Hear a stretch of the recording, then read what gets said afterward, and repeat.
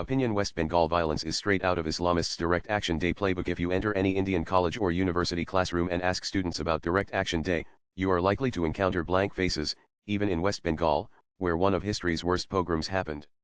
Indian media and academia have painstakingly managed to keep the information hidden from generations of Bharatias. Which is why the trope that those who forget the past are condemned to repeat it has come to visit us today. What has been unfolding in the name of protests against the Waqf Amendment follows the same sinister pattern of the Great Calcutta killings of 1946, when Muslim League chief Muhammad Ali Jinnah gave the call for direct action to massacre, terrify and displace enough Hindus in Kolkata to claim the metropolis and its adjoining districts as part of East Pakistan. What has started now in West Bengal's Murshidabad and spread to other districts like Malda, Uttar Dinajpur and South 24 Parganas has an eerily similar pattern with Direct Action Day, which started on August 16, 1946. One can see the same calls for constitutional protests 79 years ago for the formation of Pakistan, now against the amendments to the Waqf Act. Then the mobilization of mobs, as agency inputs suggest, with money or provocative misinformation. Islamists now have the internet and social media. And then the unleashing of violence against Hindus, especially in places Muslims enjoy a majority because of a systematic demographic takeover. In her essay, Communal Riots During Direct Action Day, a critical study, Ananya Roy Chaudhary writes, examining the 1941 census results indicates notable trends in the demographic makeup of Calcutta just before Direct Action Day. With Hindus making 61.2% of the population, Muslims 25.6%, and other groups including Sikhs, Christians, and Parsis making up the remaining 13.2%, the city's population of almost 2.1 million was split into many religious and ethnic communities.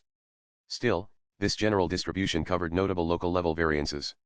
While central and southern districts kept Hindu majorities above 70%, northern Calcutta displayed a higher concentration of Muslim residents, average 42% of the local population.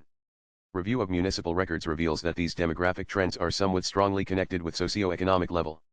Higher population density and lower per capita income levels usually accompanied areas with more Muslim concentrations. As with weaponizing demography, the build-up to violence has also been similar, then and now. We have seen that even before the passing of the Waqf Act amendments, leader after TMC leader in Bengal, including Kolkata Mayor Farhad Bobby Hakim, started talking about the demographic muscle of Muslims.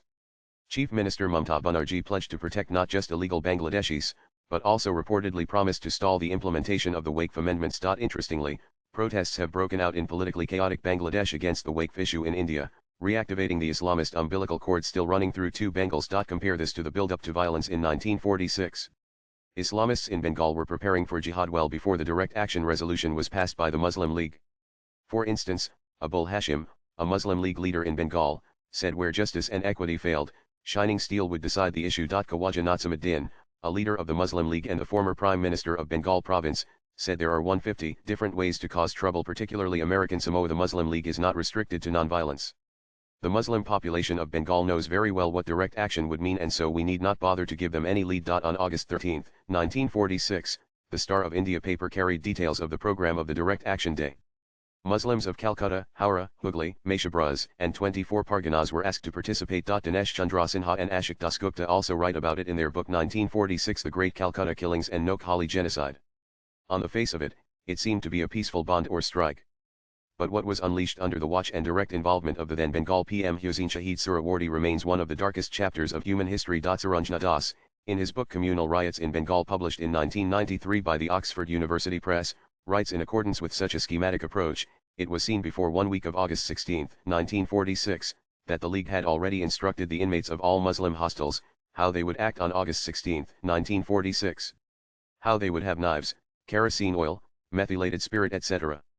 And how they would set tramcars and military vehicles ablaze, having taken a strategic position on 16 August 1946. Swipe left for next video. And finally, Jinnah's words while passing the Direct Action Resolution ring prophetic even today and serve as a portent to what awaits Bengal and India if steps are not taken immediately. What we have done today is a heroic act in our history. Never have we done anything except by constitutionalism. But no, we bid goodbye to constitutional methods. Abhijit Majumdar is a senior journalist. Views expressed in the above piece are personal and solely those of the author. They do not necessarily reflect News 18's views. Latest blogs.